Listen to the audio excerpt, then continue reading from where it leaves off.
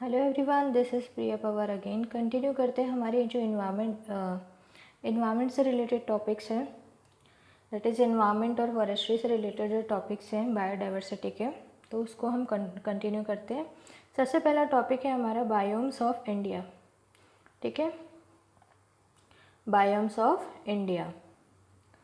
Biomes of India में अगर देखा जाए जो टर्म बायोम लिया गया है, इसका मतलब होता है main groups of plants and animals living in area of certain climatic patterns. मतलब ऐसी जगह जहाँ पर ग्रुप ऑफ प्लांट्स और एनिमल्स रहते हैं, ठीक है, और जहाँ की जो जलवायु है, पैटर्न है, वो समान हो। ठीक है, तो इसमें कैसे होगा, इसमें क्या इंक्लूड होगा, इसमें ऐसे एनिमल्स, वेजिटेशन और सॉइल, ठीक है, जैसे पशु हो गए, वनस्पति हो गई और मिट्टी हो गई, ठीक है, इंटरेक्ट करेंगे एक दूसरे से, और प्लांट और एनिमल्स जो है उस एरिया के हिसाब से अपने आप को अडेप्ट कर लेंगे या पर्यावरण के हिसाब से अपने आप को ढाल लेंगे। ठीक है, तो अगर इंडिया की परिप्रेक्ष्य में अगर देखें तो लगभग 5 बायोम्स हैं। सबसे पहले है tropical humid forest, tropical dry और डेसिडियस फॉरेस्ट, जो मानसून फॉरेस्ट भी इसमें इंक्लूड होता है, warm desert, semi desert, coniferous forest और अल्पाइन मेडोज। ठीक है, ये 5 टाइप के बायोम्स है। बहुत अच्छी तरीके से इसको याद कर लीजिए। बायोम का के लिए एक लेक्चर मैंने इन्वायरमेंट की प्लेलिस्ट में भी अपलोड किया है, ठीक है, उसको भी आप देख सकते हैं अगर बायोम्स आपको बहुत अच्छे तरीके से समझना है तो। इसमें भी मैं इसको कवर कर रही हूँ। चलिए इसको देख लेते हैं, भारत के बायोम इन हिंदी। बायोम शब्द का अर्थ पौधों और जानवरों के मुख्य समूह से है जो कुछ जलवायु पैटर्न के क्षेत्रों में रहते हैं। ठीक है, इसमें वह तरीका शामिल है जिसमें जानवर, वनस्पति, मिट्टी आपस में क्या करेंगे, इंटरैक्ट करेंगे। ठीक है, इंटरैक्ट करने के साथ उस क्षेत्र के पौधे और जानवर जो है उस वातावरण के हिसाब से अपने वातावरण को वो अपना लेते हैं या अपने आप को ढाल लेते हैं। तो भारत में 5 बायोम हैं, जिसमें पहला है उष्णकटिबंधीय आर्द्र वन, उष्णकटिबंधीय शुष्क पर्णपाती वन या मानसून वन सहित है, गर्म रेगिस्तान, अर्ध रेगिस्तान, शंकुधारी वन और अल्पाइन घास का मैदान। ठीक है, इस तरीके से आप इसको देख सकते हैं। चलिए देखते हैं नेक्स्ट टॉपिक, बायोजियोग्राफिक जोन्स। ठीक है, बायोजियोग्राफिक जोन्स कौन से होते हैं, ये जोग्राफिकल डिस्ट्रीब्यूशन होता है प्लांट्स और एनिमल्स का। ठीक है, जोग्राफिकली या भौगोलिक भूगोल के हिसाब से या किसी भी जगह के वातावरण के हिसाब से प्लांट्स और एनिमल्स का डिस्ट्रीब्यूशन क्या होगा, तो उसको कहते हैं बायोजियोग्राफिक जोन्स। ठीक है, बायोजियोग्राफिक जोन्स को यूज़ किया जाता है प्लानिंग करने के लिए वाइल्ड लाइफ प्रोटेक्टेड एरियाज़ में इंडिया में। ठीक है, तो 10 बायोजियोग्राफिक जोन्स हैं जिसको क्लियरली हम डिस्टिंग्विश कर सकते हैं इंडियाज़ में। सबसे पहले हम जानते हैं ट्रांस हिमालयाज़। ट्रांस हिमालयाज़ के बाद क्या आता है, जो ग्रेटर हिमालयाज़ है, ग्रेट हिमालय कहते हैं हम, फिर desert, semi arid, western Ghats, Deccan plateau, Gangetic plain, north east India, islands and coast. ठीक है, आपने एनसीईआरटी में पहले भी देखा होगा कि जोग्राफिकली अगर डिवीज़न देखें इंडिया का तो क्या होता है, 6 पार्ट्स में हो सकता है। तो उसी तरीके से 10 पार्ट्स में बायोजियोग्राफिक जो जोन है उसको हमने डिवाइड कर लिया। अब देख लेते हैं जैव भौगोलिक क्षेत्र। बायोग्राफी जो है वो पौधों और जानवरों के भौगोलिक वितरण से संबंधित है। ठीक है, और भारत में वन्य जीव संरक्षण क्षेत्रों की योजना के आधार के रूप में बायोग्राफिक जो जोन थे, ठीक है, उनको उपयोग किया गया था। 10 बायोग्राफिकल जोन है यहाँ पर। तो ट्रांस हिमालय, हिमालय, डेजर्ट, अर्ध शुष्क, जो ड्राई एरिड होते हैं, साथ ही साथ में ये हो गया पश्चिमी घाट, डेक्कन प्रायद्वीप, दक्कन का पठार जिसे हम कहते हैं, गंगा का मैदान, उत्तर पूर्व भारत, द्वीप और तट, ये सब हो गए। अब बायोजियोग्राफिक जोन आपने देख लिया, अब देख लेते हैं प्रोविंसेस। ठीक है, तो प्रोविंसेस क्या होगा, इकोसिस्टमेटिक या बायोटिक सब डिवीजन होगा किसी भी रिलेम्स में कल आपको बता चुकी हूँ।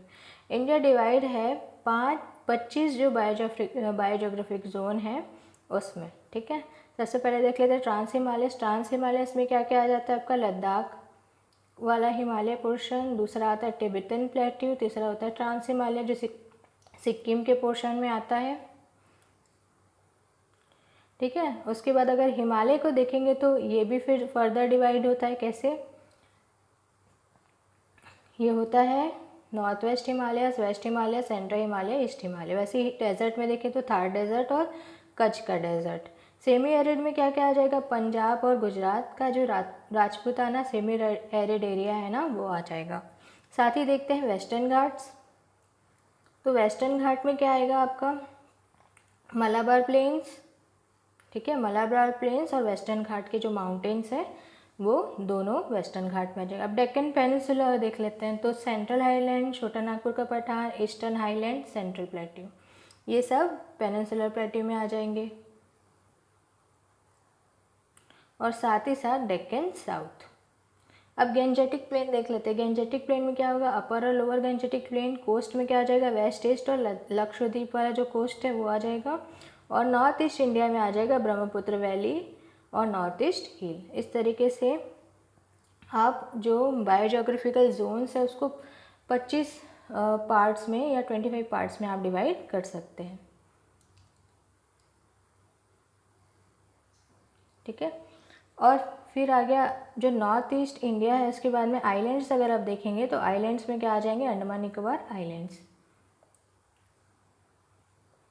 और जो लक्षद्वीप है उसको हम कोस्ट में ले चुके हैं। अब देख लेते हैं, जैसे मैंने अभी आपको जो बताया बायोजियोग्राफिकल प्रोविंस, उसको कहते हैं जैव भौगोलिक प्रांत। जैव भौगोलिक प्रांत एक पारिस्थितिक तंत्र या वास्तविक उप विभाग है। भारत में 25 जैव भौगोलिक क्षेत्र में विभाजित किया गया है। ठीक है, और उसमें मतलब 10 बायोजियोग्राफिकल जोन है और 25 क्या है? प्रोविंसेस है। ठीक है, तो ट्रांस हिमालय में हमने देख लिया लद्दाख, तिब्बती पठार, हिमालय सिक्किम वाला जो पोर्शन है। हिमालय को अगर बांटेंगे तो हिमालय उत्तर पश्चिम वाला भाग, साथ ही पश्चिम हिमालय, मध्य हिमालय, पूर्व हिमालय। ठीक है, वैसे ही इंडियन डेजर्ट में देखा जाए तो थार का डेजर्ट और कच्छ का जो मरुस्थल है वो। फिर अर्धशुष्क में देख लेते हैं तो पंजाब के मैदान, गुजरात राजपूताना। पश्चिमी घाट में देखेंगे तो पश्चिमी घाट का मालाबार का मैदान और पश्चिमी घाट पर्वत, इसमें हम डिवाइड कर सकते हैं।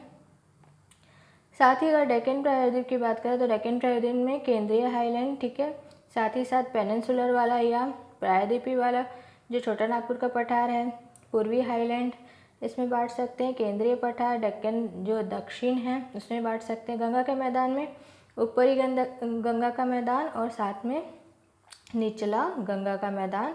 कोस्ट में आप वेस्ट कोस्ट ले सकते हैं, पश्चिमी तट, साथ ही पूर्वी तट, लक्षद्वीप, ये तीनों तट में आ जाएंगे। पूर्वी भारत में अगर देखेंगे तो क्या आ जाएगा? उत्तर पूर्वी ब्रह्मपुत्र की घाटी और नॉर्थ ईस्ट में आ जाएगा नॉर्थ ईस्ट का हिल्स। साथ ही द्वीप समूह में देखा जाए तो अंडमान और निकोबार। आई होप आपको समझ में आ गया होगा। अब चलते हैं next, wild life diversity in India. अब वाइल्ड लाइफ डाइवर्सिटी की अगर बात करें तो इंडिया में सबसे पहले हम देखते हैं हिमालयन माउंटेन सिस्टम। ये हिमालयन माउंटेन सिस्टम है, ठीक है, अगर वेस्ट हिमालय की बात करें तो वहाँ पर लो रेनफॉल होगा, हैवी स्नोफॉल होगा, जो कि किसकी विशेषता है? तो टेम्परेट कंडीशंस की ये विशेषता है। अगर ईस्ट हिमालयस की बात करें तो बहुत ज़्यादा रेनफॉल होगी, स्नोफॉल भी होगा, लेकिन स्नोफॉल जो है सिर्फ हाई एल्टीट्यूड्स, मतलब जहाँ पर ज़्यादा हाइट होगी वहाँ पर ही स्नोफॉल देखने को मिलेंगे। और जो लोअर एल्टीट्यूड्स रहते हैं, मतलब कम हाइट जहाँ पर है, तो वहाँ पर आपको ट्रॉपिकल रेन फॉरेस्ट जैसी ही कंडीशन देखने को मिलेगी। अब बात करते हैं हिमालयन फुट हिल्स की। फुट हिल्स मतलब जो निचला पोर्शन है वहाँ पर कैसा होगा? तो वहाँ पर मानसून, जो नेचुरल एवरग्रीन जो मानसून रहेगा वो देखने को मिलेगा, सेमी एवरग्रीन फॉरेस्ट देखने को मिलेंगे और कुछ डोमिनेंट स्पीसीज भी देखने को मिलेगी, साल, सिल्क कॉटन ट्रीज़ की, जायंट बैम्बूज की, टॉल ग्रासी मीडोज की और सावाना की तराई क्षेत्र में। ठीक है, फौना की अगर बात की, फ्लोरा की बात करें हमने, flora in the sense plant species या प्लांट्स की जो प्रजातियाँ होंगी वो हो गई। अब फौना, फौना मतलब हो गया एनिमल्स, तो एनिमल्स किस टाइप के मिलेंगे यहाँ पर? Elephant, sambar, swamp deer, chital, hog deer, barking deer, wild boar, tiger, panther, hyena etcetera. ठीक है, ये सारे नोट्स अपलोड हो जाएंगे टिल 12 PM।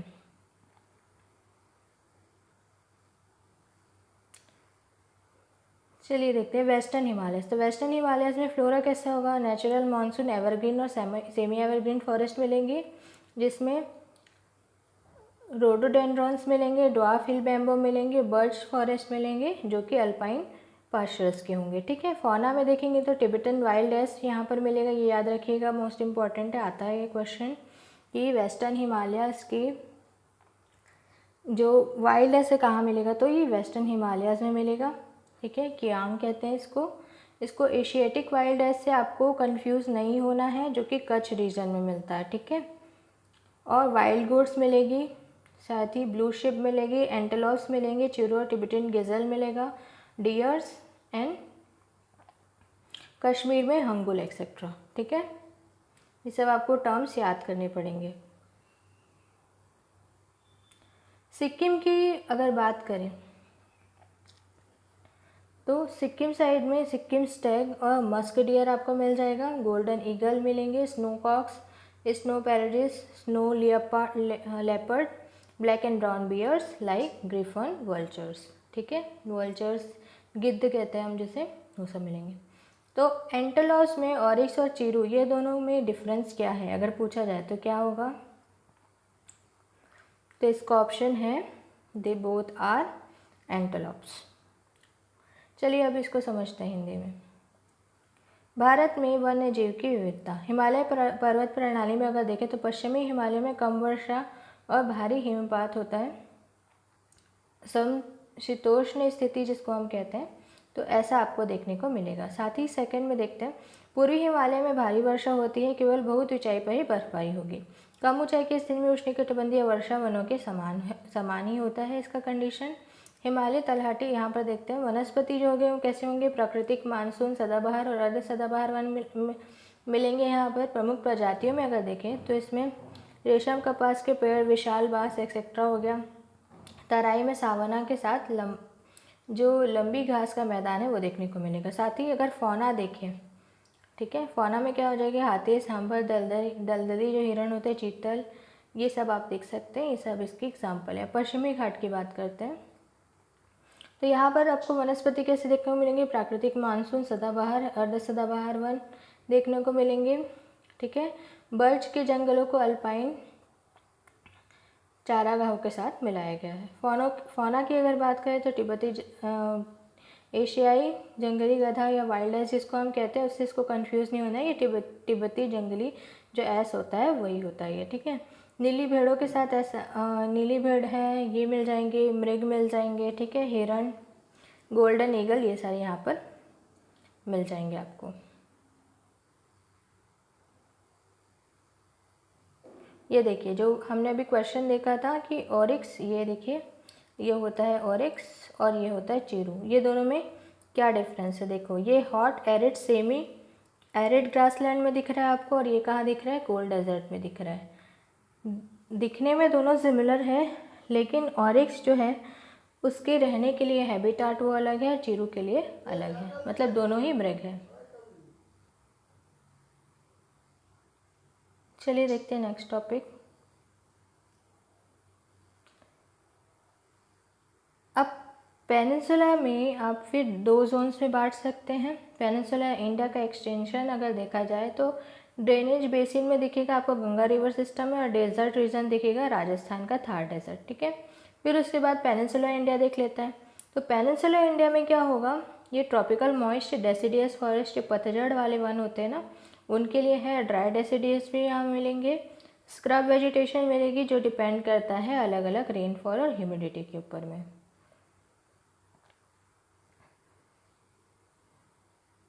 फ्लोरा अगर देखें तो यहाँ पर मोस्टली क्या मिलेंगे आपको? साल वृक्ष मिलेंगे नॉर्थ में। ईस्ट एक्सटेंशन अगर देखें तो वहाँ पर आपको टीक मिल सकता है। वेस्टर्न घाट में देखेंगे तो एवरग्रीन वेजिटेशन आपको देखने को मिलेगा। फ्लोरा फॉरना सिमिलर रहेगी एवरग्रीन रेन फॉरेस्ट की तरह, जो कि नॉर्थ ईस्ट इंडिया में देखने को मिलती है। ड्राई एरियाज में अगर देखें राजस्थान की अरावली हिल्स की, तो ट्री जो होंगे स्कैटर्ड होंगे, थॉर्नी स्क्रब्स होंगे उनके, और स्पीसीज जो होगी उसकी प्रीडोमिनेंट होगी। तो फॉरेस्ट जो है गिव अवे कर देते हैं और ओपन रहते हैं सावना हैबिटाट के लिए, ठीक है। अगर बात करें फौना की तो एलिफेंट, वाइल्ड वुड एक्सेट्रा, ये जैकल, गौर, ये सब आपको देखने को मिल सकते हैं। ये सारे जो है कॉमन जो इसमें होंगे वो आपको याद रखने हैं। अब बात करते हैं इंडियन डेजर्ट की। इंडियन डेजर्ट में थार डेजर्ट है राजस्थान का, जिसका यूनिक फ्लोरा एंड फौना है। फ्लोरा इसमें थॉर्नी ट्रीज मिलेंगे आपको, जहाँ मतलब कैक्टस एक्सेट्रा, ठीक है, कैक्टाई जिसको हम कहते हैं। क्यों ये करते हैं, इसमें मॉडिफिकेशन देखने को मिलता है। अडेप्टेशन का ये एग्जाम्पल है जिसमें लीव्स जो है वो किस में कन्वर्ट हो जाते हैं, थॉर्न्स में। क्यों होते हैं, ट्रांसपिरेशन को रोकने के लिए। साथ ही देखते हैं फ्लोरा, ये फौना। फौना में क्या होगा, एनिमल्स कौन से होंगे, बरोइंग वाले एनिमल्स होंगे। मैमल्स में रोडेंट्स रहेंगे यहाँ पर लार्जेस्ट ग्रुप में। इसी का ही हिंदी में भी एक्सप्लेनेशन है, पूर्वी हिमालय। पूर्वी हिमालय में क्या वनस्पति में ओक्स मिल सकते हैं आपको, मैग्नोलियास मिल सकते हैं एक्सेट्रा। फौना में रेड पांडा मिल सकता है। प्रायद्वीप की बात करें तो 2 जोन में हमने बांट दिया, प्रायद्वीपी भारत और गंगा नदी प्रणाली की जल निकासी जो बेसिन है उसका विस्तार है। राजस्थान का भारतीय राजस्थानी क्षेत्र जो थार में है उसमें डिवाइड कर दिया हमके। फिर उसके बाद प्रायद्वीपी भारत देख लेते हैं। उष्णकटिबंधीय टाइप का, यहाँ पर क्या मिलेगा आपको, शुष्क पर्णपाती वर्ण, स्क्रब वनस्पति मिलेंगे। साथ ही वनस्पतियों में अगर देखा जाए तो उत्तर पूर्वी इसका एक्सटेंशन आपको देखने को मिलेगा। दक्षिणी पठार में सागौन के प्रमुख वृक्ष आपको देखने को मिलेंगे। वैसे ही पश्चिमी घाट में अगर देखें तो सदाबहार वनस्पति आपको देखने को मिलेगी। राजस्थान और अरावली पहाड़ियों में शुष्क क्षेत्रों में पेड़ों के बिखरे हुए या कांटेदार झाड़ियाँ प्रजाति आपको देखने को मिलेंगी। फिर उसके बाद फौना की अगर बात करें तो यहाँ पर हाथी एक्सेट्रा आपको देखने को मिलेंगे। ये सारा कुछ आप इसको PDF में पढ़ सकते हैं। चलिए बात करते हैं भारतीय रेगिस्तान की। तो राजस्थान के थार रेगिस्तान में वनस्पति और जीव जो है अद्वितीय टाइप के मिलेंगे आपको। कम पत्ती वाले कांटेदार पेड़ यहाँ पर आपको देखने को मिलेंगे। साथ ही जो अन्य जो रसीले जो मुख्य पौधे हैं यहाँ पर देखने को मिलेंगे, क्योंकि आपको पता है कि जो स्टेम है वो मोटा हो जाता है, क्योंकि ज़्यादा से ज़्यादा फोटोसिंथेसिस स्टेम के थ्रू होती है। लीव्स को ट्रांसपिरेशन रोकने के लिए जो पत्तियाँ हैं वो कांटों में परिवर्तित हो जाती हैं। तो फौना अगर देखें तो जानवर ज़्यादातर रोडेंट्स आपको देखने को मिलेंगे, जो कि सबसे बड़ा समूह है, ठीक है। तो चलिए गाइस, आज का लेक्चर यहीं ख़त्म होता है। आई होप आपको लेक्चर पसंद आए। कल कंटिन्यू करेंगे आगे की सीरीज़। Thank you.